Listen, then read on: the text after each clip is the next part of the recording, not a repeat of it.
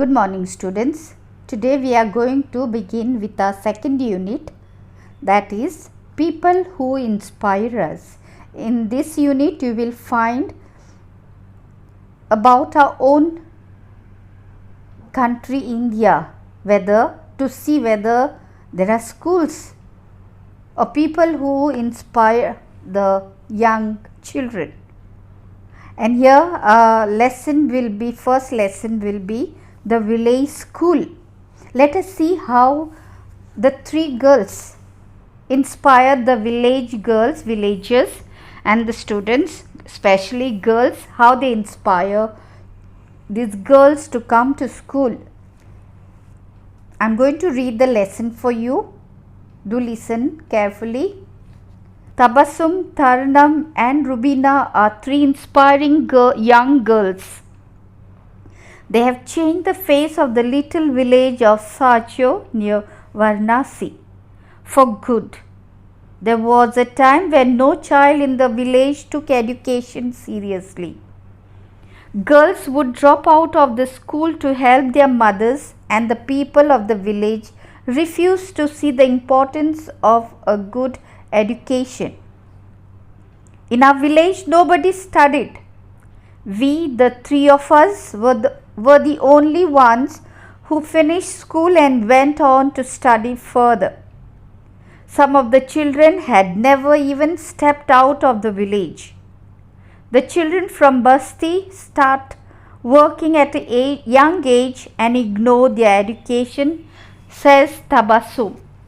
The girls decided to take matters into their own hands.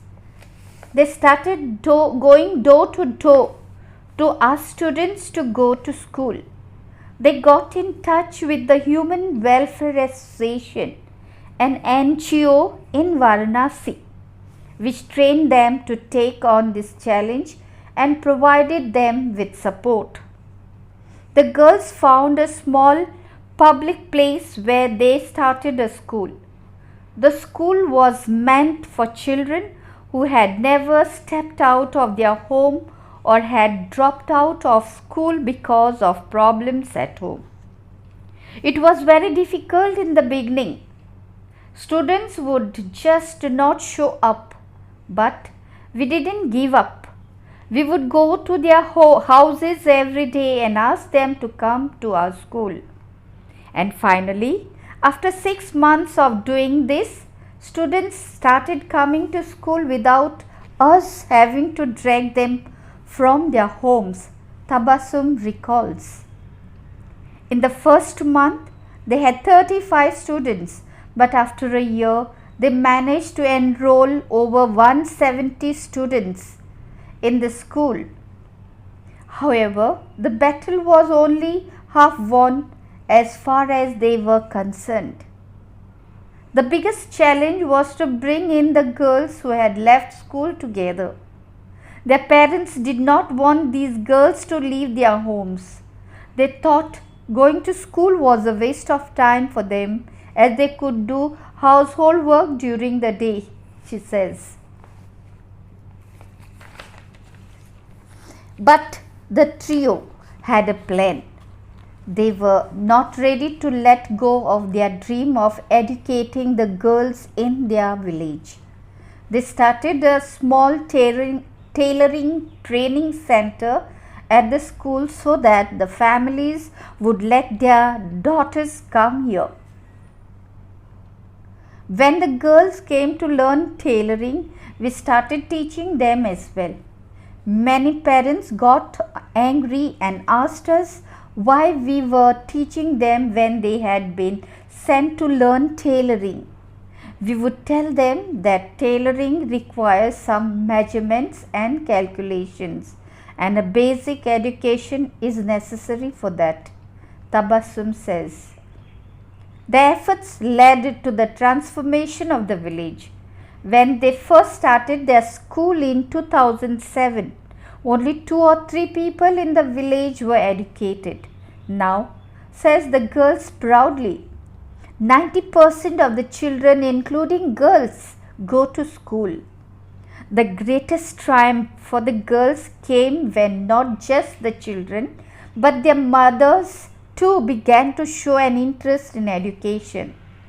There are several women in the village now who no longer use their thumb impressions as signatures but can sign their own names.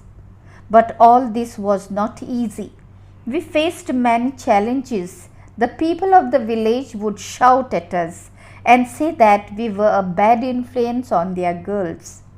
It was humiliating. We would go home and cry, but it was our parents' support that kept us going. Without them, we wouldn't have achieved anything, says Tabassum. There was even a time when people of the village asked them to leave the public space where they ran their school. So they started teaching from their own homes. It used to hurt us when people said that we wouldn't be able to do anything just because we were girls. But we have proved everyone wrong. She says, today the people who used to mock them are coming forward to support them as they see the positive change in the village. The people of the village even arranged for electricity so that the fans and lights would work in the school. We can't give children degrees, so we give them a good education and help them connect to good schools, says Tabassum. The trio has managed to successfully work over 250 children so far, and they continue to get more admissions even every year. Along with teaching, the girls are now completing their college education. They are studying information technology. We would just like to say this to everyone. Please let your daughters and sons study and do whatever you can for your village, as people there need you, concludes Tabassum. Children, I have just completed reading the lesson. To make you understand better, I will narrate the story in short. Please listen carefully. The story goes like this. The three girls named Taranam, Tabassum and Rubina lived in a small village called Sajo near Varanasi with their parents. All the three girls were educated. The girls loved their village very much, and they were also very fond of the people who lived there. And that's the reason they wanted to educate the girls from the village. But there was one thing that worried them a great deal. The children of Sajo did not go to school. Many of them left school early so that they could find work, and the girls especially were not allowed to attend school. They were made to work at home and help their mothers. But Taranam, Rubina and Tabassum decided to do something so that the children of their village could get a good education. They decided to start a small village school. They got in touch with the Human Welfare Association too, an NGO in Varanasi, which trained them to take on this challenge and provided them with support. They found a small public school there and they started this teaching. The school was meant for the children who had never stepped out of their homes, or they were dropouts of school because of problems. For them, they started this school. It was very difficult in the beginning for three of them because they had no students earlier. They had to go from house to house and ask their parents to send their children to school. Then they started small tailoring center at the school so that the parents would send their girls at least to learn to stitch, to sew.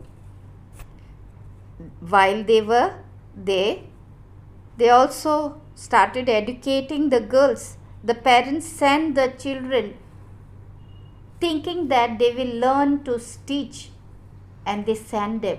But later they came to know that they are being taught. They were very suspicious. They were very angry at first.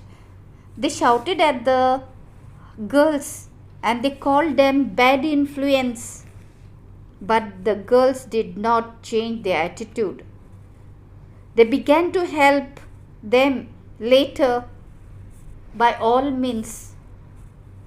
Later, the women of the village realized whatever they did was wrong, and it is now by all means they are going to help them.